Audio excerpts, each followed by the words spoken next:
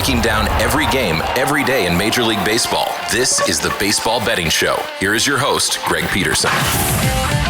And we're from the low. Welcome to lovely Las Vegas for the Baseball Betting Show with myself, Greg Peterson, now part of the VSiN family of podcasts. We've got an excellent podcast for you as we're going to be joined in segment number 2 by one of our good friends, William Boor, who does such great work over at Action Network. We're going to chat it up with him about what we are seeing in Major League Baseball and the murky just landscape in the American League, what teams might actually be buyers and sellers, because that's currently a big giant question mark. And then we'll take a look at these games that we've got for Friday in the final segment. Good to get you guys picks and analysis on every game on the betting board for this Baseball Friday as we touch them all. If you do have a question, comment, segment idea, what have you for this podcast, you have one of two ways to fire those in. First one is my Twitter/X timeline at Jude_D1. Keep in mind, letters CM, they mean does not matter, so as per usual, please do send these into the timeline. And the other way is find an Apple Podcast review. If you rate this podcast 5 stars, it's very much appreciated. From there, you're able to fire in whatever you'd like to hear on this podcast via the 5-star review. Why did not get in any Twitter/X questions today? Boy, did we have an interesting day of baseball on Thursday. Let's take a look back at it, try to find some trends, and try to get to know these teams a little bit better. Games from yesterday is Greg buzzing about. Here is the rowdy recap. The Braves get the job done against the San Diego Padres by a count of 6-5. As for Kyle Hart, as the opener, he was able to come in for a shutout inning, and then Griffin Canning continues to get canned. He gives up 3 home runs, 5 runs, 4 of which were earned in 2 2/3 innings. You had home run number 7 of the season for Mr. Dominic Smith, Ozzy, Albies, 16th home run season. Then Michael Harris, his 19th home run season. A little bit later on, Drake Baldwin off of Matt Waldron, his 19th home run season. Waldron gives up that home run in 2 innings of work. Yuki Matsui, 4 outs out of the bullpen squirrels. Bradley Rodriguez was able to give you a shutout inning, and Chris Sale does allow 3 runs over the course of 6 innings, so a little bit rough there, but he was able to get 11 strikeouts. The Dodfather, Dylan Dodd, a scoreless inning, but then Tyler Kinley does give up a pair of runs in 2/3 of an inning. Ty France, his 16th home run season, but from there, Dan Young and out of the bullpen scoreless, and Racy Iglesias scoreless inning to be able to get the Braves into the winner's circle. Also, the Arizona Diamondbacks get the job done 10-6 over the St. Louis Cardinals. Michael McGreevy has probably been doing for a little bit of regression with the way that he pitches contact, gives up 4 runs in 6 1/3 innings, and he was taken deep by one Mr. Tyler Locklear. That is his first home run of the season. Long and winding road for him, and when you take a look at the St. Louis Cardinals bullpen, well, they provided anything but relief. You had Justin Brule will give up 2 runs in an inning of work. Matt Savanson, 3 runs allowed in 2/3 of an inning. Gordon Gaseffo, he gives up a run in an inning, and Brandon Pfaadt battled really well. 2 runs allowed over the course of 6 innings. Now giving up 2 earned runs or fewer, and I believe each out of his starts since coming off of the, I think it was injured list. They might have sent him down to the minor leagues, but since he rejoined the rotation, he's been great. And then you had Braden Garcia, Taylor Clark, both on a squirrel setting. Ryan Thompson, less than savory, giving up 4 runs in an inning of work, but too a little too late for the St. Louis Cardinals. For the Detroit Tigers, they find a way to claw one out against the Kansas City Royals. 4-3 the final in the Royals. Now 17-34 away from home this season, and Randy Dobnak was actually good. 5 shutout innings there. Matt Strom, a squirrel setting, and then the bullpen did Royals bullpen things. Steven Cruz gives up a run in an inning. John Schreiber, 3 runs allowed in an inning, and James Outman, who's giving you 218 on base, .159 average. Well, he was out, man. 4th home run of the season. Troy Mellon, not necessarily his best start, but he limited the damage. 2 runs allowed over the course of 5 innings. Isaac Collins took him deep for his 6th home run of the campaign. Tyler Holton, Jacob Wagee's pack combined for 2 shutout innings. Derek Anderson gives up a run in an inning, but Drew Summers, Kyle Finnegan, they piecemeal together the 9th inning to be able to get that all taken care of. And for the Toronto Blue Jays, they get taken care of, a 3-1 win over the Tampa Bay Rays. For the Rays, they just were not able to get to Shane Bieber. He gives up 1 run over the course of 7 innings. Tyler Rogers, Louis Varland, they both supply a squirrel setting from there, and Casey Lugumina was the opener for Ian Seymour, gives up 1 run over the course of 2 innings, and then Seymour was pretty solid. 2 runs allowed over the course of 6 innings, but for the Tampa Bay Rays, not a lot doing at the plate for them, and nothing doing at the plate for the Cleveland Guardians. They fall 3-1 in 12 innings against Minnesota Twins, where the team went 0 of 17 with men in scoring position. It completely squanders a great start from Gavin Williams. 11 strikeouts, 7 shutout innings, only gives up 2 hits, no walks. Hunter Gaddis from there gives up a run in 1/3 of an inning. Cade Smith, 5 outs out of the bullpen squirrels. Colin Olerman, scoreless 10th and 11th innings. Eric Zabrowski gives up 2 runs, 1 of which was earned in the 12th inning. And for the Minnesota Twins, Taj Bradley was not playing games. Does give up a home run. Patrick Bailey, 5th home run season. That's all that he would give up. From there, Andrew Morris, Yandres Gomez, Tommy Nance, all on squirrel settings. And then you had Taylor Rogers in the 11th give you a squirrel setting.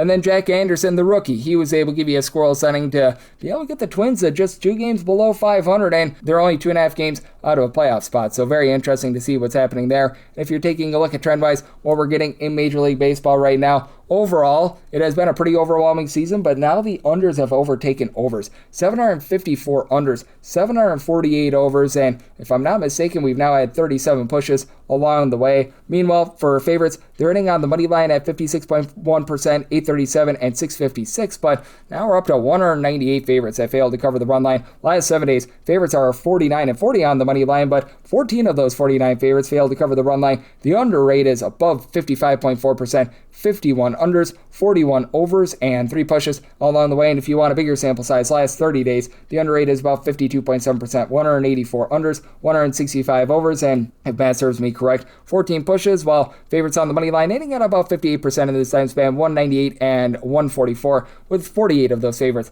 being unable to cover the run line. So that's where we're seeing in baseball right now. That's where we're getting trend-wise. Coming next, let's chat it up with our good friend William Boor over at Action Network, right here on the Baseball Betting Show. Myself, Greg Peterson, now a part of the VSiN Family Podcast.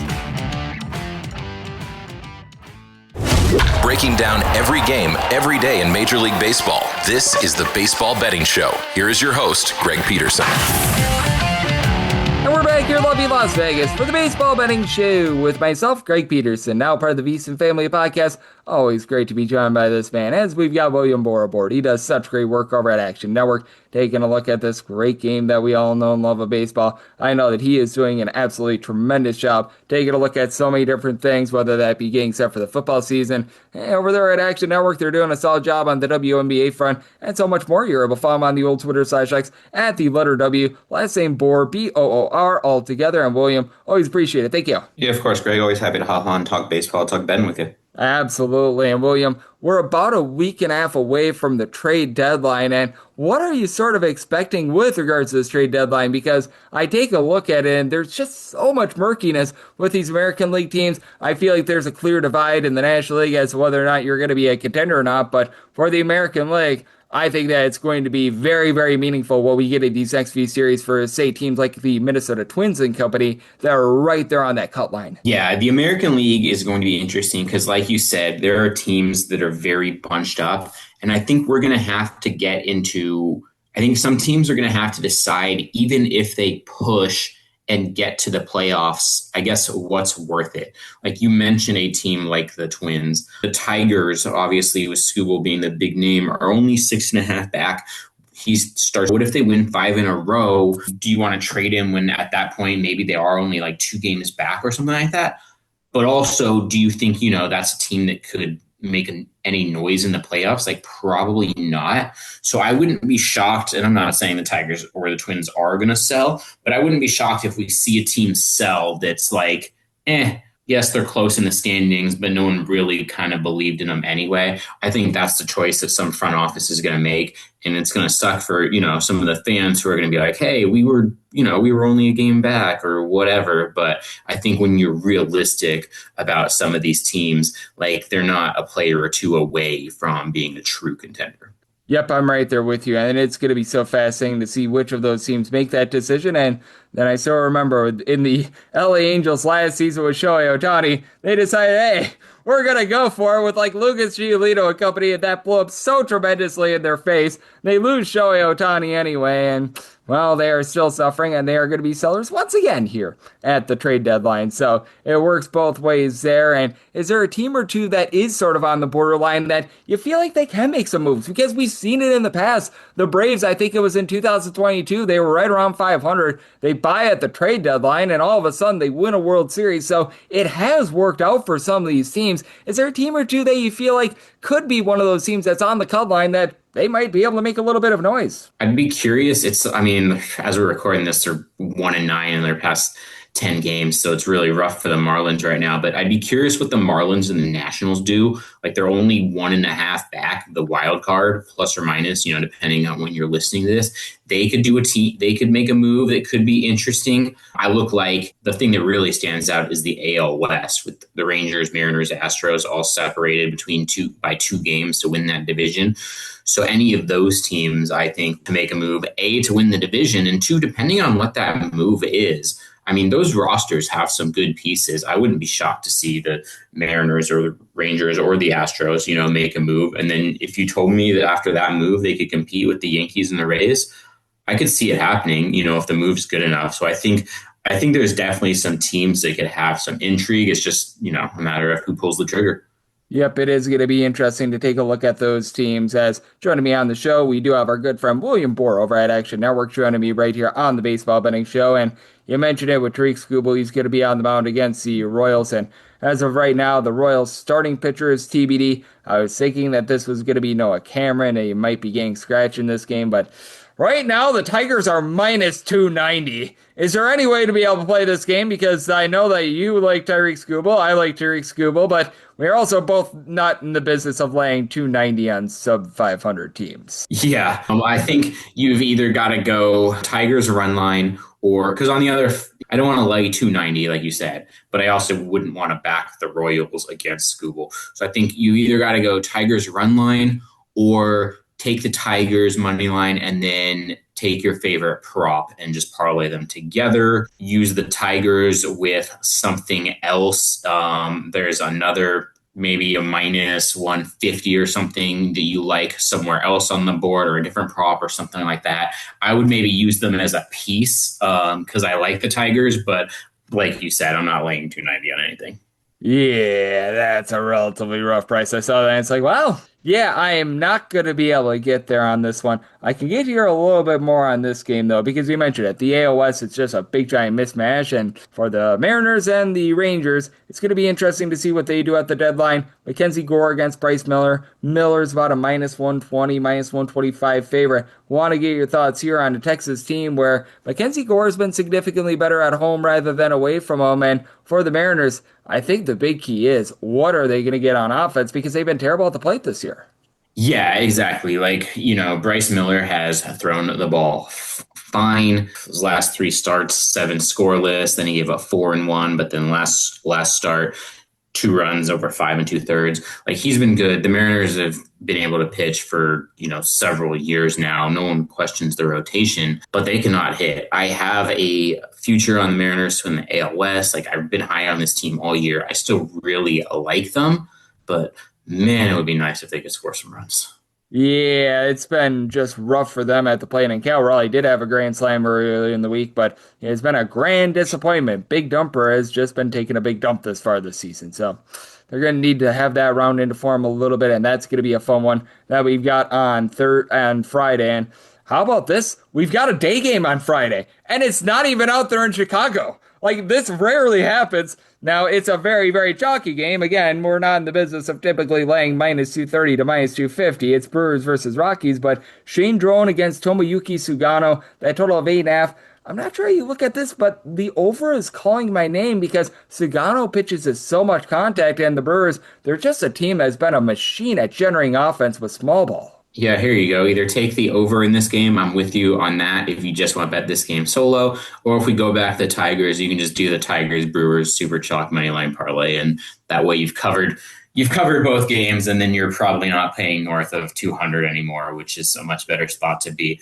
But yeah, I'm with you on this game. This screams over because I think Milwaukee will do the bulk of the damage. If you're just putting the ball in play constantly, eventually you are going to break something open. And the Rockies, whether it's Sugano, whether it's their bullpen, at some point you're going to be able to put up runs against that team. Yep, I'm right there with you. As our good friend William Boor does such great work over at Action Network, he's joining me right here on the Baseball Betting Show. And then we've got a few other games of intrigue, and this is one that's really calling my name. Pirates versus Cubs. For the Pirates, they're a hair above 500 right now. They've got Jared Jones going against Matthew Boyd, and want to talk about teams of intrigue at the trade deadline. The Pittsburgh Pirates certainly are calling my name as well. Right now, they're about minus 125 favorites, total of 8. Want to get your thoughts here because I know that Jared Jones is getting a lot of strikeouts, but 8 feels really low for the total because while we hype up the Pirates and their pitching staff, this team has really generated a lot of runs at home. Yeah, it's a small park, and Jared Jones, yes, he's thrown really well, but he's probably not going to throw 9 innings. like you said, the Pirates have been able to score a lot. So I would not feel good about this if the Pirates, have 5 or 6 runs early and you're just asking the Pirates bullpen to hold on. That's a very low number that scares me for sure. Yeah, I don't know why that number's so low. I'd probably be on the Pirates in the over. Yep, I mean, maybe you got the wind blowing in and everything like that, but in a park in Pittsburgh, it's not as meaningful as, say, Wrigley Field. So I'm right there with you. That one, I think, was standing out to me a little bit. And then this one is fun because for the Red Sox, unfortunately, their 15-game win streak is snapped. But hey, 15-1 in their last 16 games. Most teams will take that. They've got Patrick Sandoval against Trey Savage. Right now, the Red Sox are about a minus 125 favorites. Do want to get your thoughts here because, there's two ways of looking at it. Red Sox are still hot. They maybe have a little bit of a letdown after they finally have that win streak snapped. And then on the flip side, Trey Savage is still a guy that I trust him, but man, this Blue Jays team is disappointed this year. Yeah, this one's kind of scary for me, and this one would probably be a pass because if I'm just looking at these two teams and this starting pitching matchup, I want to be on Toronto. But if I look at, you mentioned the 15-1 and just Toronto in general, though they did win. If you look at what you're seeing over the past 15 games, 2 weeks with these teams, they're going in very, very, very different directions. And I don't know if there is a regression to the mean coming with the Red Sox. I mean, obviously there is. They're not going to win 96% of their games from here on out.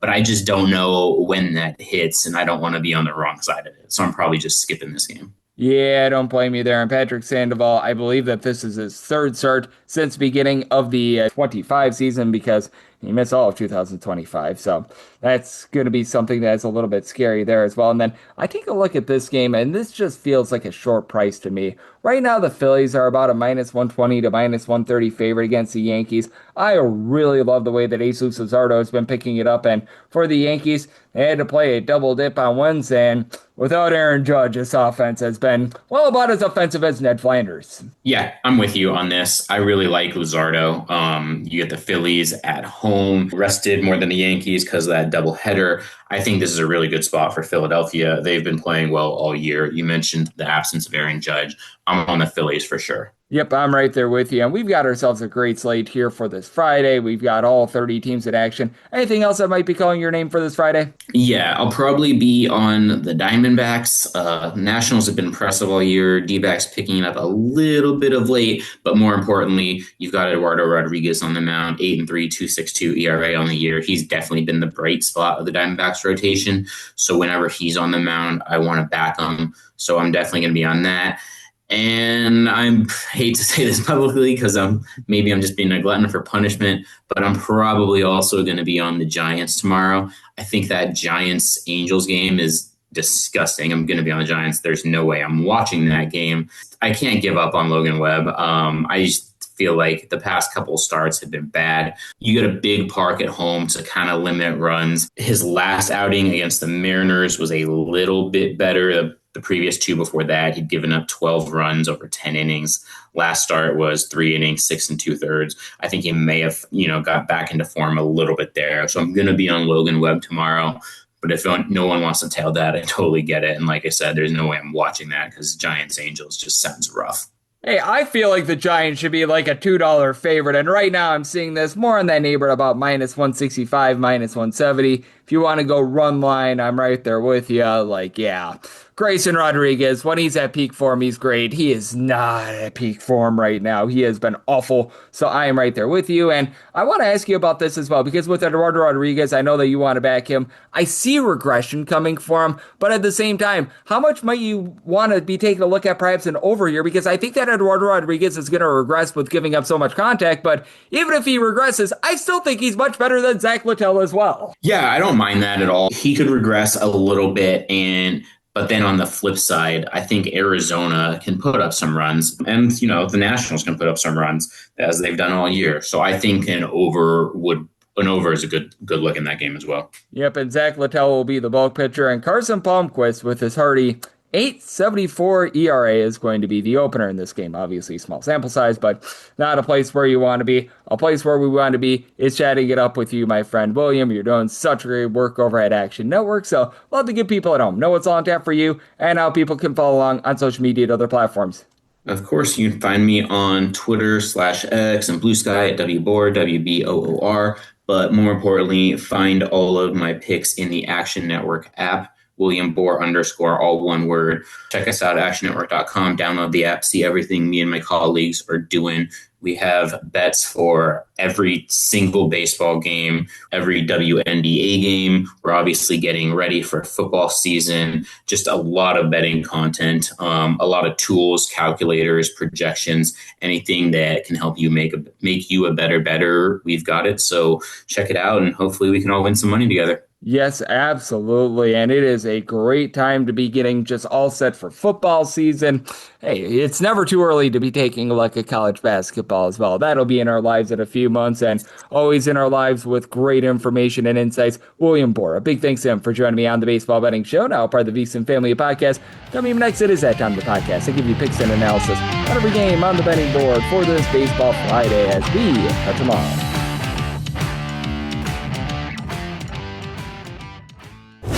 Breaking down every game, every day in Major League Baseball. This is the Baseball Betting Show. Here is your host, Greg Peterson. And we're back here in lovely Las Vegas for the Baseball Betting Show with myself, Greg Peterson, now part of the VSiN family podcast. Always great to be joined by William Boor, who does such great work over at Action Network, taking a look at this great game that we all know and love of baseball. Every single time he joins me, he lends such great insights, and he did so once again today. So a big thanks to William for joining me in the last segment. Now it is that time of the podcast. I give you picks and analysis on every game on the betting board for this Baseball Friday as we touch them all. If a game is listed on the betting board, Greg has a side and a total on it, so it is time to touch them all. Do note that as per usual, any changes that are made to these plays will be listed up on my Twitter/X feed at GUnit_81. We're going to be going in Las Vegas Station order. This is where we go with the National League games first in time order, then the American League games in time order, any interleague games. Those are going to be at the bottom. That'll keep things all nice, neat, clean, and easy. So how about if we do get things heard? This is 901, 902, and thank goodness we've got a day game today, as it is the Colorado Rockies. They are going to be on the road facing off against the Milwaukee Brewers. Shane Drone goes for the crew. Tomoyuki Sugano is on the bump for the Rockies, and the Rockies, they are a Rocky-sized underdog, anywhere between plus 190 to plus 210. Meanwhile, minus 230 to minus 250 is that number on the Brewers. 8.5 is the total. The under is minus 115, over is minus 105. To lay a run half with the Brewers, you're getting that right around about minus 102. I'm seeing as high as minus 110, and I'd be willing to go up to a minus 112 on this. I set mine at a minus 113. For Tomoyuki Sugano, honestly, doesn't have like the world's worst ERA or anything like that. He just pitches to a lot of contact in general, and I think that he's going to be nipped in the bud here. 4.76 ERA, 5.39 fielding, depending with 5.1 strikeouts per 9 innings. So he is pitching to a ton of contact. Doesn't give up a lot of walks, only about 2.3 walks per 9 innings, but is giving up the 1.8 home runs per 9 innings. So I do have a lot of concern there, and he's backed up by a bullpen that's one of the worst in all of baseball. Jay Nill, Juan Mejia, Victor Vodnik, so many guys with a 4+ ERA. Jimmy Herget is starting to struggle after he was looking relatively solid coming off of the injured list, but I've got my concerns with pretty much all these guys in the bullpen, especially with a long guy in Blaze Castano, who's currently on the injured list as well. And for Drone, he's been really good for the Brewers. Right now, he's flying a 3.20 ERA, fielding dependent in line with that at a 3.08, 0.7 home runs, 2.5 walks per 9 innings. We'll say it's a Colorado Rockies lineup that has been much better with their offense away from home rather than at home. Typically, they are just absolutely atrocious with their offense away from home. About 4.5 runs per game. I'm not saying it's number one in all baseball, but 4.5 runs per game away from home compared to just a hair above 5 runs per game at Coors. I'd say that that's actually pretty good splits. That's Hunter Goodman. He is a good man. He's been able to supply you with 30+ home runs thus far this season, and additionally, you've been able to have a lot of these other guys who have been able to move line, like TJ Bromfield is sitting in the neighborhood of a 300. You've been able to get good production as well out of someone like a Jake McCarthy, who's sitting a hair above a 300 right now. He's up to 10 home runs. Mickey Moniak, 16 bombs, sitting at 280. Cole Carey gets me able to 290. Sure, some of these guys are going to have some home and road splits, but overall, it's been relatively good for them. Now they face off against a Brewers team that is in the top 5 in terms of bullpen ERA and in the top 5 in terms of overall run creation. Jake Bauers, 18 home runs, 360 on base. Just all these guys for the Milwaukee Brewers. They just keep coming at you. They find a way on base, as you've got obviously Bauers, who I just mentioned, Bryce Terang, Garrett Mitchell, even Gary Sanchez, Andrew Vaughn, all these guys that are above a 355 on base. Cooper Pratt has been able to give you about a 340 or so on base. Same goes for William Contreras. For the Brewers, they're generating all this offense while being a bottom 6 team and home runs hit. Do you think that they're going to be able to go out there, dominate this game? I'm going to be willing to lay the run line with the Brewers, and I do like the over. It is a total at 8.7, 903, 904 on the card. The Cubs are going to be on the road against the Pirates. Jared Jones goes for the Buccos. Matthew Boyd for the Cubs. Cubs are a very slim underdog here. You're going to be getting them between plus 104 to a plus 108. Minus 122 to minus 130 is that number on Pittsburgh. And total on this game, it is 8. The over is minus 115. The under is minus 105. Seeing a few 8.5s. Under is minus 120. Over is even. Whether you've got an 8 or an 8.5, I am going to be in on the over, as you have a guy in Jared Jones who is going to be doing for quite a bit of progression with regards to his ERA. Right now, he is applying an ERA that is more around about a 4.04, but 3.23 fielding dependent, 10.8 strikeouts, 1.1 home runs per 9 innings. The bullpen is where it's a little bit testy with this team. It's a 4.42 bullpen ERA. I just don't trust in Gregory Soto at the closer's role. Additionally, you just have not been able to get very good innings whatsoever. As some like Dennis Santana, Justin Lawrence was so bad that they just had to DFA him. So it's been a lot of issues for the team, including Evan Cisco. I thought was their best reliever at one point this season, now landing on the injury list. But for Matthew Boyd, I really do think that he's going to be lit up in this game. Right now, it's applying a 4.15 ERA and a 3.68 fielding dependent overall for the season. Overall for the season, 8.8 strikeouts per 9 innings, but he's made 5 starts since coming off the injured list. 6.4 strikeouts per 9 innings in that time span. Overall, is giving up 1 home run per 9 innings. It's coming off the injured list, 1.3 home runs per 9 innings, and somehow his ERA has been going down. That's relatively rough. And what else is relatively rough for the Chicago Cubs? Like, this bullpen is so banged up that it's not even funny.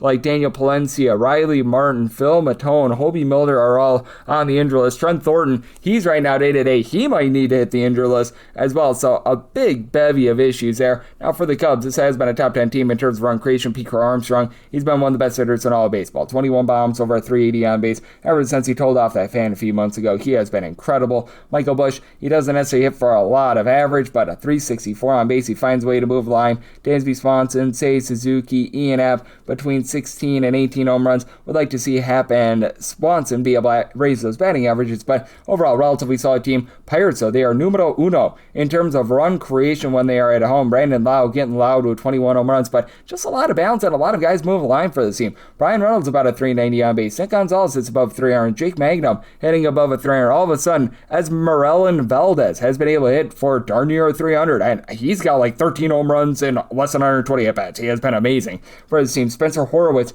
380 on base. He's been able to spy 10 home runs as well. So I do think that you get a nice high-scoring expose. I do think that Matthew Boyd is going to be lit up in this spot. So I'm going to be in on the over. I did so by total 9.2. And for the Pirates, set them at a minus 138. I'm going to be in on the money line. 905, 906 on the card. It is the Nationals, and they are going to be playing us to the Arizona Diamondbacks. Eduardo Rodriguez goes for the Snakes. It is going to be Zach Littell as the bulk guy, but Carson Palmquist is going to be getting the open here, and right now the total is a 9.5. Under is minus 110 to a minus 115, over is minus 105 to a minus 110, minus 119 to a minus 123. That number on the Snakes between minus 101 to plus 103. That number on the Washington Nationals, and I'm going to be willing to back Eduardo Rodriguez, set him at a minus 136 now. His last start was absolutely terrible. He goes 2 2/3 innings, gets completely lit ablaze for 5 runs in that one, and more regression I think is coming. 262 ERA, 409 fielding dependent. He does a good job in terms of inducing soft contact with 0.9 home runs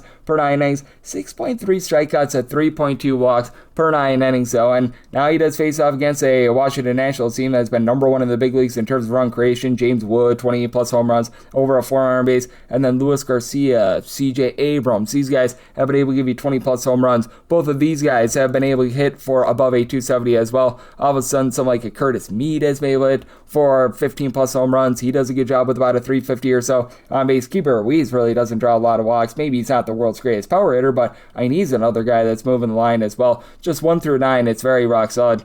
The issue that you got for this team, though, is that it's one of the worst bullpens that you're going to find in all of baseball. Richard Dickey Lovelady, along with Brad Lord, being out of the fold for this team, has hurt them. Even PJ Poulin was relatively solid as well. He's back on the injury list. Orlando Robalta has been able to give you a sub-4 ERA. Palmquist, the opener, over a 5 ERA. Clayton Beater is hovering right around about a 4. So, I mean, you got a lot of guys that are not great. Now, I will say for the Arizona Diamondbacks, they did have to play yesterday, unlike a lot of teams, so bullpen might be a little bit more spent But even with that, you just have better pieces out there. I still don't trust in Paul Sewald at the closer's role. He has not been great, but you've got these other mix and match guys like Braden Garcia, Juan Murillo, Ryan Thompson that have all been able to give you a sub-350 ERA. Heck, even Kevin Ginkel has been halfway okay for this bunch. Now, we'll say for the Diamondbacks, they have been in the bottom half of the big leagues in terms of run creation away from home, but you do have Ketel Marte of the Marte Parte, who's been able to give you 18 plus home runs. Want to note that he was out of the lineup yesterday, so it's dealing with a little bit of something there, but Corbett Carroll's been solid,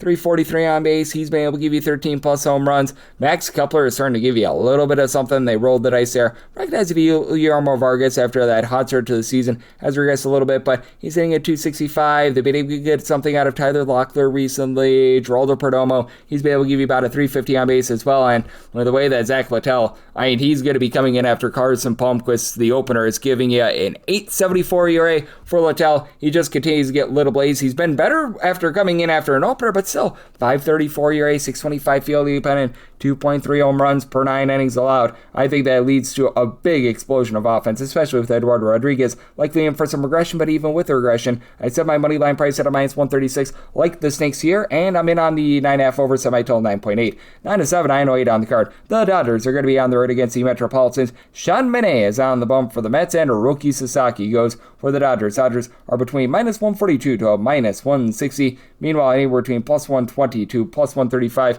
That's your number on the Metropolitans. 9 is the total. The under is minus 115. Over is minus 105. And if you're looking to lay a run half right now with the LA Dodgers, you're finding a little bit of plus money at a plus 105. And honestly, the way that I'm going to play this, I'm going to take a run and a half with the New York Mets at right around about a minus 125 because I just don't have any faith here in Hiroki Sasaki whatsoever. And I actually feel a little bit better about Sean Manaea. I'm also in on the under. I do think that this is going to be a little bit of a lower scoring game. Not that I think that this is going to be like a 2-1 slog or anything like that, but for Sean Manaea, I feel like he's pitched better than that 4.74 ERA. Would indicate more like a 4.35 fielding dependent. He is giving up the 1.4 home runs, 2.9 walks per 9 innings, but a little bit over 9 punch-outs per 9. Now, the rule that I say you've got here is that the LA Dodgers are averaging over 5.8 runs per game away from home. That is numero uno in all of baseball, but you do have Shohei Ohtani right now dealing with a little bit of a leg injury. You have to wonder if that's going to be hampering him a little bit. Still putting up an amazing season, 22 home runs, right around about a 400 on base, and then you just look up and down the boulevard at this team. The likes of Max Muncy being able to give you 17 plus home runs. Freddie Freeman is up to 15 plus bombs. Andy Paz has been able to do a nice job moving the line. That's been big for the team. And in a small sample size, whenever they've had Tommy Edman out there, he's been able to do a solid job. Need more out of Kyle Tucker, but for the Dodgers, it is a bullpen that's, some injuries with Blake Trinan going on the injury list. I do like what I've been seeing out of the likes of Tanner Scott, Brock and Roll Stewart, Alex Vesia, even Will Klein. These guys have been able to give you a sub-335 ERA, so they're a top 12 team in terms of bullpen ERA. We are starting to see the Mets regress a little bit with that bullpen, but the main guys in this Mets bullpen have actually been really good, like Oscar Brisbane, Luke Weaver, Brooks Raley, AJ Minter. You've got a whole bunch of guys in this bullpen that are giving you a sub-3 ERA, so that does stand out to me, which is why I do like the under, especially with the Mets being a team that's in the bottom of the big leagues in terms of run creation. You just take a look at a lot of these guys that they brought in, and man, not great to say the least. Francisco Lindor, along with Marcus Semien, Luis Robert, all in below a 235 with really no power whatsoever.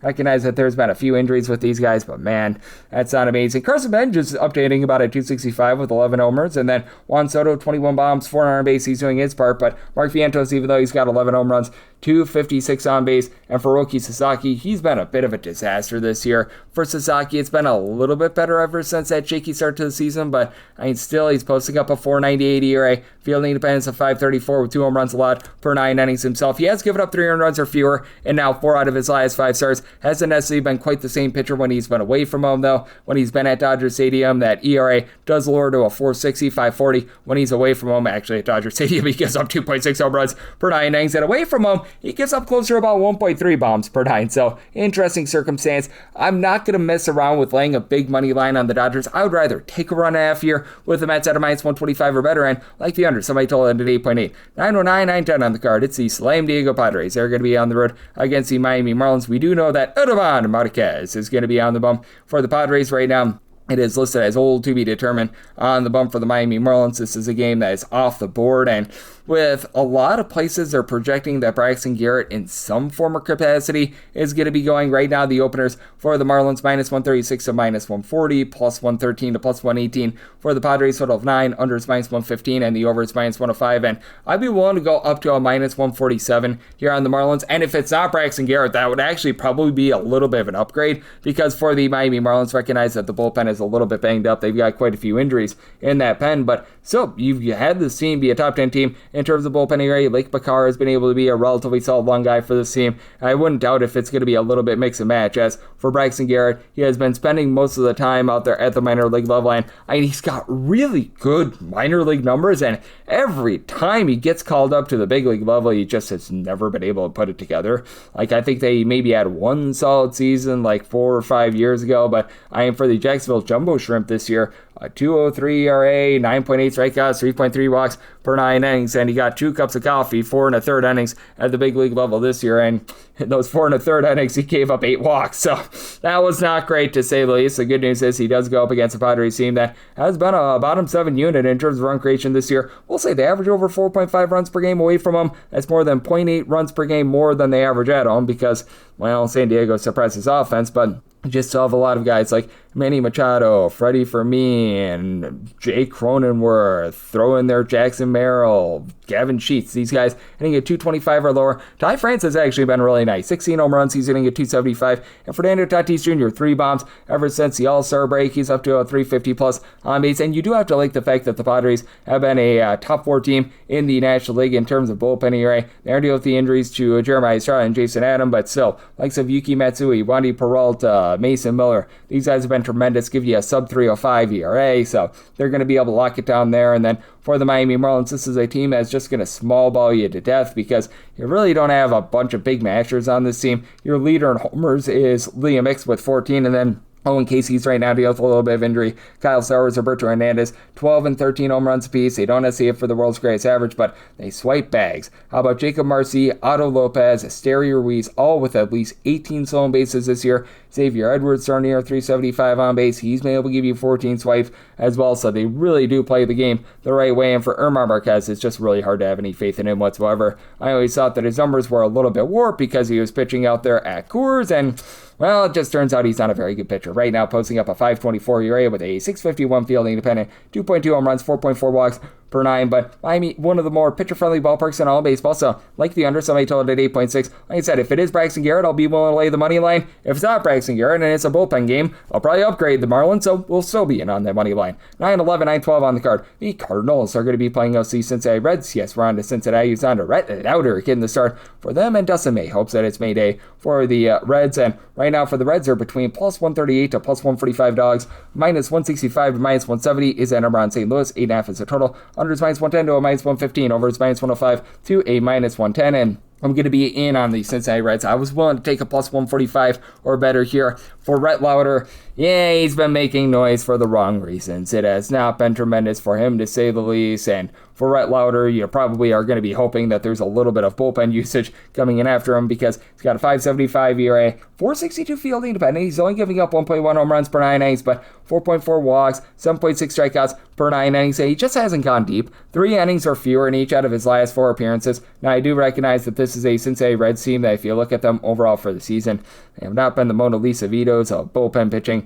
A 4.77 of bullpen ERA, that is 25th in all baseball. They've been more league average since June 1st. You've had some of these guys like TJ Antone, Brock and Rolberg be able to give you a sub 350 ERA. And for the St. Louis Cardinals, they had to spend some bullpen pieces yesterday while a lot of teams were off. They had to play a game, so that's a little bit of an issue. Justin Brule's posting up about a 3.88 ERA. Matt Savanson, along with Ryan Stanek, these are 2 guys that have an ERA well above a 4. Jojo Romero now finds himself on the injured list, and what I think is really interesting with the St. Louis Cardinals is that they are second in the big leagues in terms of run creation when they are away from home. They are dead last at home. Like, I just don't understand that split. Now, I recognize that it is a ballpark out there in St. Louis that is a little bit more pitcher friendly. I don't think that's quite this pitcher friendly, though. You still have Jordan Walker, who's been able to supply for you 22 plus home runs. He's been able to do a rock solid job. To have the likes of a JJ Weatherholt, Lars Nootbaar, Alec Burleson between about a 340 to a 353 on base as well. But some of these guys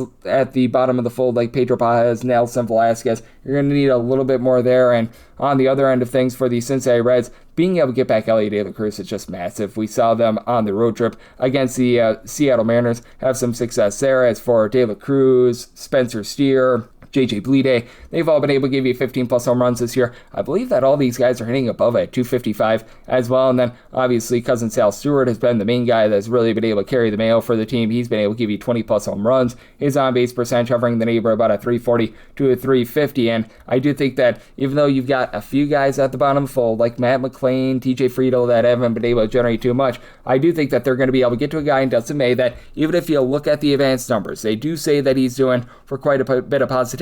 He's just been a little bit of a run in general. 5 plus runs allowed in 3 out of his last 5 starts. Right now, overall for the season, 4.78 ERA compared to a 3.26 field independent, 0.6 home runs, 2.9 walks per 9 innings. But I'm going to be willing to take a shot here on the over sub. I told at 80.8, and I'm in on the money line of the Reds. Set them at a plus 144. 9:13, 9:14 on the card. It's the Kansas City Royals. They're going to be on the road against the Detroit Tigers. Drake Skubal is on the bump for the Tigers, and right now it is undecided for the Royals. Royals are mondo underdogs, plus 220 to plus 235. Meanwhile, minus 260 to minus 290 is that number on Detroit. 7.5 is the total. The over is minus 120, and the under is even. And right now, Fangraphs is projecting that Noah Cameron is going to be going. And if I can get Noah Cameron here at over a plus 235, honestly, I'd be willing to take a shot here. Like, I would probably need closer about a plus 240, honestly, but even with that, I probably would be willing to pull the trigger here, mainly because this number has just gone way too high. Now, Drake Skubal has been absolutely tremendous. Do not get me wrong. He's got a strikeout to walk ratio that is above an 8. He's getting over 10 strikeouts per 9 innings. As a matter of fact, 10.7 strikeouts to 1.2 walks per 9 innings. So an 8.9 strikeout to walk ratio. So he's been better than that ERA would indicate, in my opinion. He has been giving up about 1.1 home runs per 9 innings, but I mean, for Noah Cameron, I actually do think that he's doing for some positivity. If it's not Noah Cameron, this probably turns into a run line play for the Royals. So I will say that for Cameron, he does have a 5.27 ERA, but a much lower 4.16 fielding dependent, 1.3 home runs, 3 walks allowed per 9 innings. He just has had a few really, really bad starts. He's given up 5 plus runs in 4 of his last 5 starts. He does get to go up against a Detroit Tigers team, though, that has been a lineup that has just not been able to produce a lot of offense this year. This Tigers lineup is currently a bottom 10 team in terms of run creation. Now, they should be getting back Gleyber Torres, and he was back in the lineup yesterday. You've got Kevin McGonigal, Riley Green. I'll give you at least a 370 on base. And then Dylan Dingler has been a nice boom guy. He's been able to give you 20 plus home runs. He's been able to above a 260, but just all these guys at the bottom of the lineup. Matt Vierling, Zach McKinstry, whenever he's out there, Jake Rogers, James Eldman, just have not been able to get anything there. And then Kerry Carpenter, Spencer Torkelson, both hitting below 215. Recognize that they've got some power, but Carpenter especially, 275 on base. That's become a little bit unacceptable. We'll say this about the Tigers. Ever since June 1st, they have been a top 7 team in terms of bullpen ERA. You've got Tyler Holden, who has really been able to do a nice job for the team, sub 325 ERA. Kyle Finnegan continues to be rock solid. Still don't trust in Kenley Jansen in big spots, but Tigers aren't really in a lot of big spots right now. He always gets it done when the pressure is not on, and when the pressure is on, a little bit less than tremendous to say the least, but these mix and match bullpen pieces have been solid, and this is a Royals team that, well, they continue to be a bottom 5 team in terms of bullpen ERA. Even with that, I'm going to be in on the under because they were able to get more than expected out of Randy Dominic yesterday, so that's pretty solid. But you do take a look up and down the boulevard. Lucas Hursedge, Matt Strom, Alex Lang, a whole bunch of guys with a 450 plus ERA. Steven Cruz as well. Daniel Lynch has been solid, and John Schreiber, it's not been bad as well, but that said, if I could get a plus 240 and it is Noah Cameron, I'm going to be in there. If it's not Noah Cameron, I'll probably be looking at the Tigers. I'd be willing to lay probably a minus 130 or so on that run line, and currently on the 7.5, with it being Cameron going in on the under. If it were not Noah Cameron, would be taking a look more at that over. 9:15, 9:16 on the card. The Guardians are going to be on the road against the Rays, as you've got Joey Cantillo going for the Guardians, and Shane McClanahan goes for the Rays. The Rays do find themselves anywhere between minus 134 to minus 140 favorites, and between plus 114 to plus 120. That number on Cleveland with a total of 7.5. Under is minus 115, over is minus 105, and I'm going to be willing to take the over. I did set my total at 7.7 for Shane McClanahan. He has been rock solid this year. He's only giving up 0.7 home runs per 9 innings. Maybe not the same swing and miss stuff that he's had in season past, but hey, had 8.4 strikeouts per 9 innings. Considering he's coming off of pretty much 2 seasons where he didn't pitch, he has been great. Giving up 3 walks per 9 innings, but 3.16 ERA, 3.36 fielding independent. And for Joey Cantillo, the swing and miss stuff has been up a little bit in his last few starts, but still have to have a lot of issues with the fact that he is giving up 4.4 walks per 9 innings. 3.74 ERA, 3.99 fielding dependent. Keep in mind, both of these teams had to play yesterday as well when a lot of teams had off, so that means that you're going to have a little bit more, shall we say, tiredness with regards to these bullpens. Now for the Tampa Bay Rays, Ian Seymour was able to fill 6 innings, so they are actually quite rested with regards to this bullpen, and I've been liking what I've been seeing out of Brian Baker. He and Kevin Kelly have been able to give you a sub-3.25 ERA, a long Cam Boozer in a small sample size. Kirk Clevenger's been rough, Cole Sulzer, a 5+ ERA, and then some of these mix and match guys, like you've had Craig Kimbrell out there, not a place where you want to be, but a place where you want to be backing some of these big giant boppers in the lineup. Junior Caminero just continues to match. 29 home runs. I think that he's got 13 bombs in his last 20 games. He has been tremendous, but on top of that, Jonathan Aranda, Yandy Diaz, they're both give you above a 375 on base. 12 plus home runs out of both of those guys. Nick Fortes is sitting at 250. Chandler Simpson, one of the best base stealers in all of baseball, and I think that they will do an effective job in terms of getting to Joey Cantillo, especially with the Guardians, who have been a top 7 team in terms of bullpen rate. As a matter of fact, because they've had bullpen use yesterday, they're probably now 6th in the league in terms of bullpen ERA. You've had a lot of these guys like Cam Smith, Colin Holderman do such a good job in the bullpen with a sub 275 ERA. Hunter Gaddis as well, but all 3 of those guys were used for 16 plus pitches yesterday. Eric Zabrowski, he gave up the runs in the, I believe it was 12th inning, and he's up to a 350 ERA. He was used for 17 plus pitches, so that's an issue. And you've got a Cleveland Guardians team that they have been averaging about 3.75 runs per game over their last 41 games. They just have not been the same team without Jose Ramirez, Anel Martinez. They do have a few guys to move the line for this team. You've been able to have Chase DeLauder give you about a 350 on base, Stephen Kwan 355 on base. Good news is Ramirez should be back in the fold for this game. We did see him in that series against the Minnesota Twins, but he's trying to shake off the rust as well, so you can't upgrade him to full force quite yet. And then these guys like Petey Elpin, Patrick Bailey, Daniel Schneemann, Kyle Manzardo. Looking at you, Rhys Hoskins, hitting at 215 or lower with not a lot of power. That's an issue for a Guardians team that went 0 of 17 with men in scoring position yesterday. Do think that irons out a little bit more, but for the Rays, I set them at a minus 168. I like them on the money line. I like the over. Semi total of 7.7. 917, 918 on the card. The Blue Jays are going to be on the road facing off against the Red Sox as Patrick Sandoval goes for the Red Sox and Trey Yesavich is on the bump for the Toronto Blue Jays. Blue Jays are between plus 104, seeing as good as plus 115 out there. Meanwhile, minus 125 to a minus 130 is that number on Boston. 8.5 is the total. Over and under, both at minus 110. We're going to be in on the under. I did set my total at 8.3. Even with the Blue Jays winning yesterday, this team is the lone team in all baseball averaging fewer than 4 runs per game, but I do think that Trey Savage is going to be in for a good start here. He has been having some command issues this year. 3.78 ERA fielding dependent, relatively in line with that because he's been getting you about 8.7 strikeouts per 9 innings, 0.9 home runs per 9, but the 4.6 walks per 9 innings have really been his kryptonite for Trey Savage. So he's actually been a little bit better when he has been away from home rather than at home. 3.25 road ERA, 4.20 ERA when he has been at home. So I do think that he's going to hold it down. And for the Red Sox, massive 15-game win streak. Now that win streak is over, and you have to wonder if there's going to be a little bit of hangover effect from the fact that did get snapped on Wednesday, and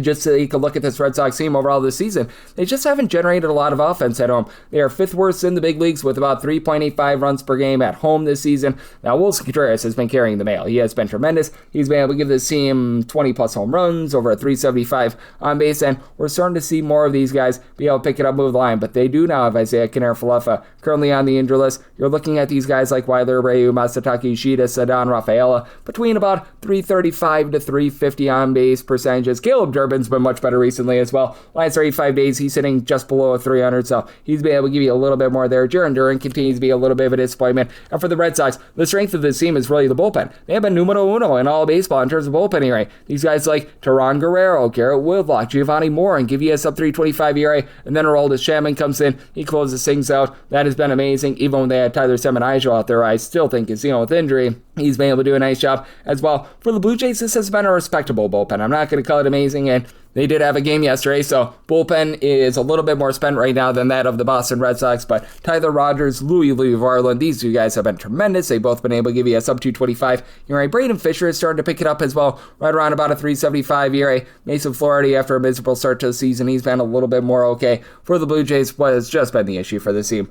No power in this lineup. Kazuma Okamoto, he's got 22 home runs this year. Nobody else has more than 10 home runs on this roster. And you've got guys that are moving the line. They're getting back Edison Barger as well. That's going to be able to help them out. Nathan Lukes, Ernie Clement, both of these guys are hitting above 82-85. Vlad Guerrero Jr., 340 on base with 6 home runs. You just expect more there. Andres Jimenez at the bottom of the fold has not been able to give you too much. Miles Straw has really regressed as well. So it is an interesting circumstance here because you have a guy in Patrick Sandoval who's making only his third start since the beginning of the 2025 campaign. That is because, well, he missed the entire 2025 campaign in his first 2 starts. Not great, not terrible. 9 1/3 innings. He gave up, I believe, 5 runs in that time span. Only giving up 1 home run and 2 walks in those starts, but I mean, still, you take a look at what he was doing in his minor league rehab assignments, and I mean, he wasn't lighting the world on fire by any stretch of the imagination. 342 ERA, 8.4 strikeouts, 4.9 walks per 9 innings. So getting anything pretty much of a plus 110 or better. I'm going to be in on the Jays on the money line. I like the under. Somebody told it at 8.3. 919, 920 on the card. The Astros are going to be on the road against the White Sox. Davis Martin goes for the Sox, and Spencer Arguetti, no, not Mom Spaghetti, is on the bump for the Astros.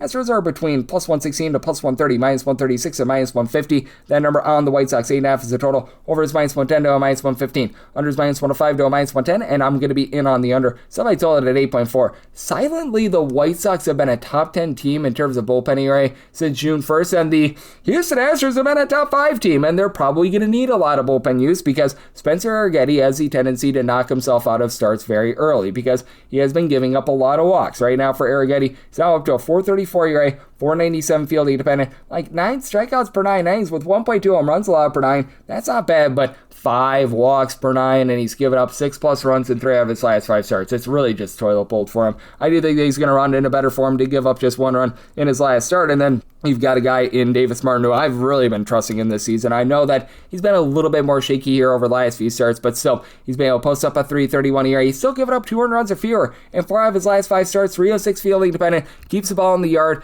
0.5 home runs per 9 innings, and he has been a maestro when he has been at home this year. For Davis Martin in his home starts, a 180 ERA with 1 home run allowed in 45 innings, compared to about 5 home runs in 61 innings at a 4.43 ERA when he is away from home. And well, you've got a few untrustworthy guys in this White Sox bullpen. I'm looking at you, the veterans like Jordan Nix, along with Sir Anthony Dominguez. You've had these guys like a Grant Taylor be able to give you a sub-350 ERA. Brian Hudson has been relatively solid as well. So I've been liking what they've been showing. And you've got an Astros bullpen that it was really just Josh Hader coming back. That really ignited them. AJ Blueball's now giving you a sub-4 ERA. Stephen Oker, Brian King, they've been able to give you sub-355 ERAs. Hader has obviously been rock solid, but you do have a little bit of top heaviness with this Astros lineup as well. Yordan Alvarez is great. 30+ home runs, over a 430 on base. And then additionally, Christian Walker maybe doesn't hit for the world's greatest average, but he's giving you 20 home runs. From there, you've got Jose Altuve, who's not necessarily his normal self, but still, he's giving you 12 home runs. He's moving the line. Isaac Paredes, 355 on base with 14 home runs, but this outfield is just not hitting. I recognize that Cam Smith has 12 home runs this season, but he, Joey Looper Fido, Jake Myers, Bryce Matthews is currently on the injury list, by the way, Lamont Wade Jr., Zach Cole, all these guys are hitting a 220 or lower, and you're not getting a lot of power out of them. And then for the White Sox, I know that Montaka Murakami has not necessarily been himself since coming off the injury list, but he, Colson Montgomery, Miguel Vargas, all at least 20 home runs thus far this season. Montgomery really doesn't move the line, only hitting about a 220, but Vargas gives you a 350 on base. Chase Meadroth, 345 on base. Tristan Peters is hitting a 285. You've had Sam Antonazzi really being your main guy getting on base, 370 on base. He's been able to get 13 stolen bases. Luano Acuna has been a little bit better at the plate as well, so I do think that for the White Sox, they do find a way to get the job done here, like the under, so I told at 8.4, and 1 up to minus 157 on that White Sox money line. 921, 922 on the card. The Mariners are going to be on the road against the Walker Texas Rangers as Mackenzie Gore hopes to not get gored here for the Rangers, and it is one Mr. Bryce Miller on the bump for the Seattle Mariners. Mariners do find themselves between minus 118 to a minus 124, even money to plus 104. That's your number on Texas. 7.5 is the total, over and under both at minus 110. And I'm in on the Rangers. I did make them the favorite here at a minus 109. For Mackenzie Gore, it's been a night and day difference with the way that he's been pitching when he's been at home rather than away from home. for Mackenzie Gore when he has been on the road, it's been no good, very bad, and terrible. Right now, away from home, he's got a 6.01 ERA. Meanwhile, that drops to a 3.44 when he's at home. And for the Seattle Mariners, they are second worst in the big leagues in terms of run creation, 4.04 runs per game. Cal Raleigh did have a grand slam in the previous series against the Reds. Maybe that gets him going a little bit more, but dude is hitting less than $180 with like 10 home runs as far this season. It has not been good for him, to say the least. They've been dealing with some injuries with Julio Rodriguez. He's been in and out of the fold. Should be good to go in this series as he, Luke Raley, Dom Canzone, Cole Young, all between about 13 to 15 home runs this season. They're all doing an okay job in terms of getting on base, really, aside from Raley, but I mean, it's not been amazing. Randy Rosarena gives you a 380 on base. He's been rock solid. Whereas Josh Naylor hasn't necessarily been what they paid for as well. Colt Emerson has been a disappointment as he and Mitch Garver hitting below the Bedell's line of a 200. And for the Mariners, this continues to be a top 7 team in terms of bullpen area, but do keep in mind that they're right now dealing with some injuries. They are still without 2 of their main guys. Matt Brash, who knows when he's going to be returning.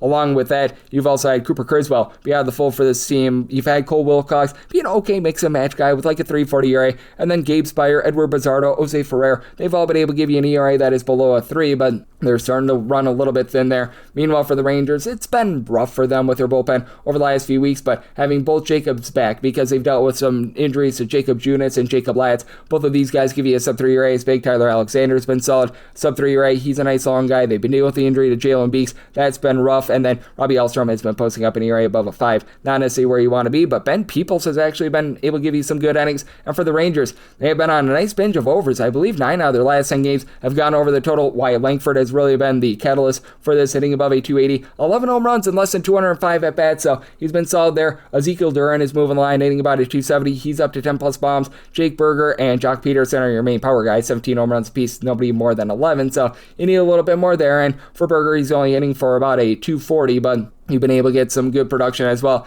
out of some of these random mix and match guys. Like Justin Foscue is hitting about a 275. I've been really impressed when Elias Diaz has been out there as well. You've had Don't Call Zane Alejandro Ozuna give you a 355 on base. I do think that this team could get the job done against a guy in Bryce Miller that I think is going to continue to experience a little bit of regression. Now, the strikeout to walk ratio is just absolutely insane.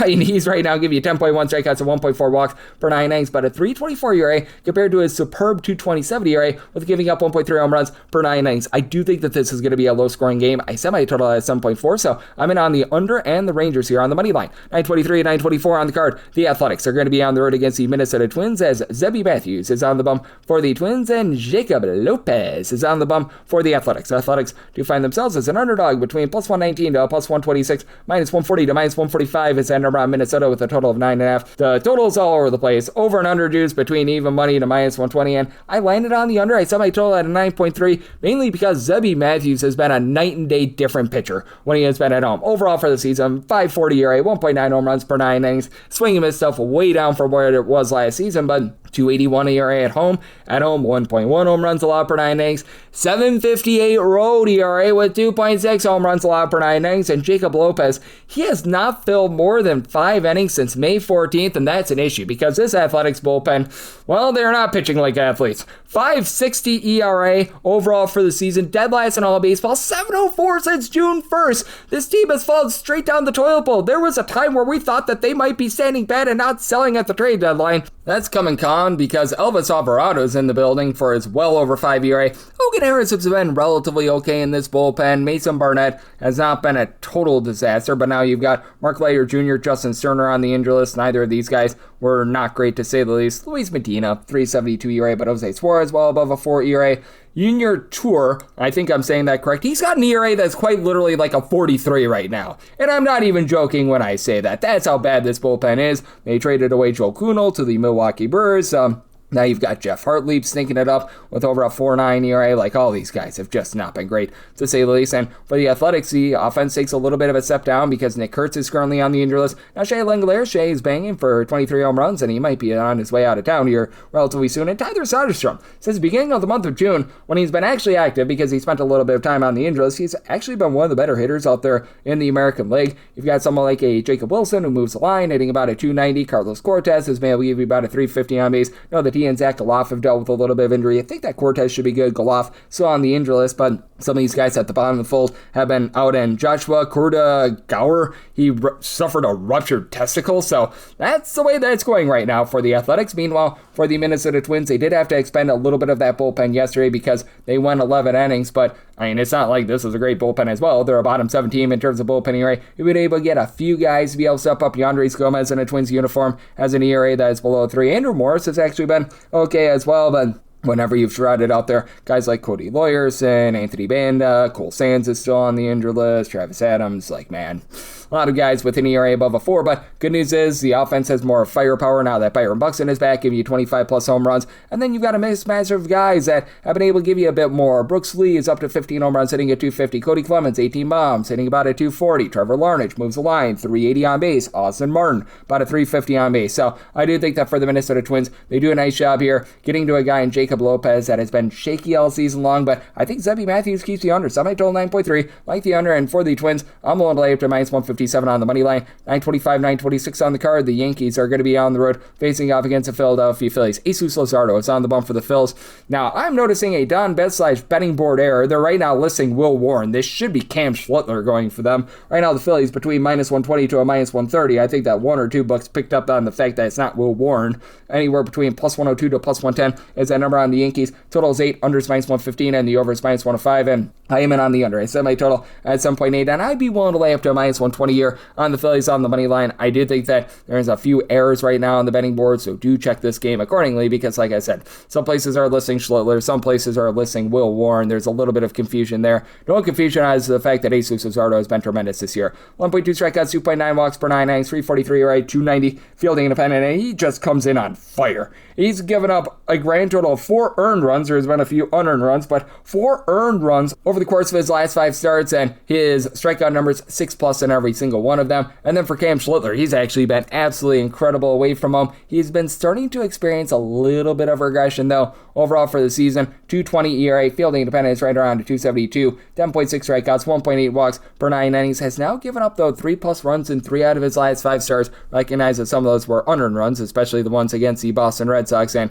for Cam Schlittler, should be noted that this guy has been absolutely tremendous when he's been away from home this season. Right now on the road, he's posting up a 1.18 ERA, albeit he's giving up about 0.9 home runs per 9 innings. That'll see regression. 3.83 ERA at home, even though his home runs per 9 rate at home is pretty much the same as it is away from home. But what's big for the Yankees here is the fact that they just aren't scoring.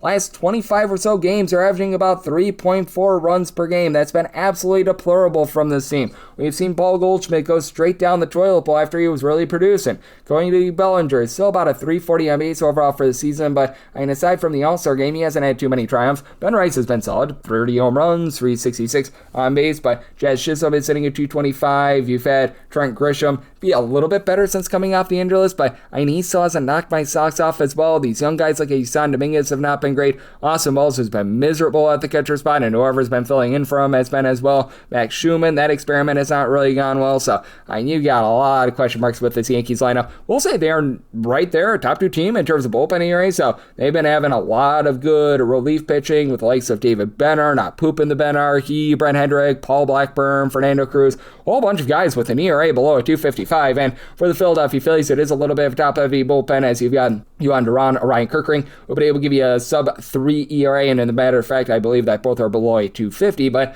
after that, it becomes a little bit more of a roll of the dice. You've been able to get some better innings out of a few of these guys, but Jay Shogurt has now seen his ERA go above a 5. Jonathan Bolin, shout out to him, sub-3 ERA. Jose Alvarado continues to be absolutely terrible for this team. Meza, he's just a guy in for the Philadelphia Phillies. It continues to be a top-heavy lineup for this team. Kyle Schwarber, 33 Schwarber bombs, 360 on base, 360 on base for Bryce Harper, 21 home runs. Brandon Marsh hitting darn near 300 with 16 home runs. Been getting a little bit more likes of Trey Turner, Alec Bohm, Bryson Stott, these guys, but they still have had rough seasons, and Gabriel Raconis is just giving you nothing out there in the outfield. So, do you think that this is a lower scoring game? Willing to lay up to a minus 120 or so with the Phillies money line, and I'm in on the under, so my total 7.8, 927, 928. The Braves are going to be on the road against the Orioles as Trevor Rogers goes for the O's, Grant Holmes for the Bravos. The Braves do find themselves as a slim underdog here as you're getting them even money to plus 104, minus 118 to minus 124. That number on Baltimore 9 is the total. Over and under both at minus 110, and with the Orioles. Set them at a plus 106. I made the Braves a favorite. I know that Grant Holmes is doing for a little bit of regression on his 370 ERA, closer to a 496 fielding dependent with 1.5 home runs, 4 walks allowed per 9 innings, and Trevor Rogers is giving up less than 1 home run per 9 innings. He just hasn't really impressed me this year. He's not getting a lot of whiffs. He's down to only about 7.2 strikeouts per 9 innings, 3 walks allowed per 9, 4.28 ERA, and he's been much better recently. He has given up, I believe now, 3 runs over the course of his last 5 starts, but now he runs into an Atlanta Braves team that has been a top 7 unit in terms of run creation. Recognize that their bullpen is going to be a little bit more spent because of the fact that they played yesterday, but this bullpen has been great. You've had the likes of Danny Young, Dylan Lee, Dylan Dodd, Raciel Iglesias, all be able to give you a sub-3 ERA this season. Tyler Kinley has hit the toilet bowl a little bit, but even Didier Fuentes has been able to find a home there. And for the Orioles, you've got a pair of guys in Uncle Rico Garcia along with Junior Cano, been able to give you a sub-3 ERA, and it's been a little bit better for some of these guys like a Grant Wolfram. Andrew Kittredge, after he was miserable to start the season, has been better, but still have a lot of injuries, including Ryan Helsley currently being out of the fold. And for the Atlanta Braves, Drake Baldwin has really been able to find it. He was looking a little bit rough after he came off the injury list post All-Star break. He's now up to 19 home runs, 366 on base. He's back to where you want him to be. You've got Matt Olson give you 25 plus bombs, hitting at 270. Albies, 16 bombs, 1 TP yesterday. He and Mauricio Dubon, along Tom Smith, are hitting about at 265. You've had Michael Harris be able to give you 15 plus home runs, hitting darn near 300. So this lineup, it feels like it's back in full force. And for the Baltimore Orioles, they've been about a league average lineup, a little bit better at home rather than away from home, but now you're dealing with the injury to Adley Rutschman, and you just need more of these guys like Tyler O'Neill, even Dylan Beavers when he's been out there, because he's been dealing with a lot of injury. Throw in there Kobe Mayo, just not moving the line. Mayo's been able to give you 13 plus home runs, but those guys, Jackson Holiday, throw him in there, hitting at 225 or lower. You just need a bit more there. Even Colin Cowser has not been amazing. Gunnar Anderson, 17 home runs, but again, he's hitting at 225. Pete Alonso, 346 on base, 21 home runs. He's been able to straighten things out ever since a rough start to the season, and like what I'm seeing out of Samuel Basayo, but to think that for the Braves, they do find a way to get the job done in a little bit of higher scoring game. Like the over, sub I told 9.2, and I'm in on the Braves money line, made them the slim favorite. Wrap things up with 929, 930. You got the Angels on the road against the San Francisco Giants. Logan Webb goes for the Giants. Sin Rodriguez goes for the Angels. Angels plus 145 to plus 154 underdogs, minus 165 to minus 184 is that number on the Giants, and total on scheme it is 8, the over and the under, anywhere between minus 105 to minus 115. I'm in on the over. I did some I told at 8.3. Recognize that the Giants have been a bottom 6 team in terms of run creation at home this far this season, but it has not been good for Grayson Rodriguez. Peak Grayson Rodriguez is good. I remember him coming up with the Baltimore Orioles. I thought that this guy was going to be the bee's knees, and instead he has been just in the toilet bowl. 8.23 ERA. Now, the fielding dependent of 5.22 indicates positivity, but he's down to 6.9 strikeouts per 9 innings, and he's a power pitcher. That's not good. 4.4 walks allowed per 9 innings. Not like he's backed up by some sort of great bullpen. The Angels have actually been a little bit better with their bullpen recently, but are you really going to want to trust in the LA Angels bullpen? I didn't think so. Kirby Yates is down below a 4 ERA. Chase Silseth has been able to find a home in this bullpen, and Ryan Zephyrion down below a 4.25 ERA. So shout out to them, but these long guys have just not been great, to say the least. And I will say, for the LA Angels, they've been a far better offense when they've been away from home rather than at home. They're averaging 3.7 runs per game at home. That is a bottom 3 mark in all of baseball. They're actually a top 10 team away from home with about 4.9 runs per game, and Zach Neto, it seems like he wants to be traded, and he's been able to give the team 18 plus home runs. Really doesn't move the line with his batting average below 235, but he's been able to give you some relatively solid power. Joe Adell, he's been able to give you 15 home runs, 288 on base, but again, he's finding a way to be able to give you that power. Mike Trout, 390 on base, only 234 with the average, but again, 18 home runs and less than 325 at bats. Need more of some of these guys like Logan Hoppe, Josh Lowe. They've been disappointing veterans, and they did already deal away Donovan Walton, so that hurts them quite a bit. And for the San Francisco Giants, the offense has been much better since the beginning of the month of June. I'm not going to call it a lead or anything like that, but at the very least, you've got a little bit more out of Rafael Devers. He and Casey Schmidt, 20 home runs apiece. Devers still only giving you about a 240 average. Schmidt has been hitting closer to 275, and you've got guys that move the line. Luis Arias has been a little bit banged up recently, but he's hitting a 320. Jung-Woo Lee has been able to 300. Eloy Ramos, Bryce Eldridge, they've been able both at about a 265, and Eldridge, he's cooled down a little bit recently, but about a 360 on base. This is a Giants team that they themselves are in the bottom half of the big leagues in terms of bullpen ERA. they've just been dealing with a lot of injuries, like Matt Gage has been in and out of this bullpen recently. Yoel Piquero, that's been a big injury. You've had a few of these guys be able to rise up, though. Dylan Smith, Eric Miller, these guys have been able to give you a sub-3 at 25 ERA, and JT Brubaker has been really good as a long guy as well. Now you're getting back Keaton Wynn, sub-335 ERA, and for Logan Webb, he's always been just such a significantly better pitcher at home rather than away from home. For his career splits, he's giving up half home run per 9 innings, 292 ERA at home compared to a 395 ERA away from home, so I think that the Giants get the job done here convincingly. That run line price is anywhere between plus 120 to a plus 130 on the Giants. I set this at a minus 108, so like the Giants on the run line and the total to the over. And that'll wrap things up for the Friday edition of the Baseball Betting Show, now part of the VSiN Family Podcast. Big thanks to William Boor of Action Network for joining me in the last segment. If you do like hearing from this fine podcast, Baseball Betting Show, you're able to subscribe wherever your podcast, Apple Podcasts, Google Play, Spotify, Stitcher, and TuneIn. If you have a question, comment, segment idea, what have you for this podcast, you have one of two ways we'll fire those in. First one is my Twitter/X timeline at gunit_81. Keep in mind, letter CM, naming does not matter, so as per usual, please do send these into the timeline. Other ways, find an Apple Podcast review. If you rate this podcast 5 stars, it's very much appreciated. From there, you're able to fire in whatever you'd like here on this podcast via that 5-star review. I'm with you guys every single day, give you picks and analysis on every game every day, so I'll be back with you when you get them out. Thank you.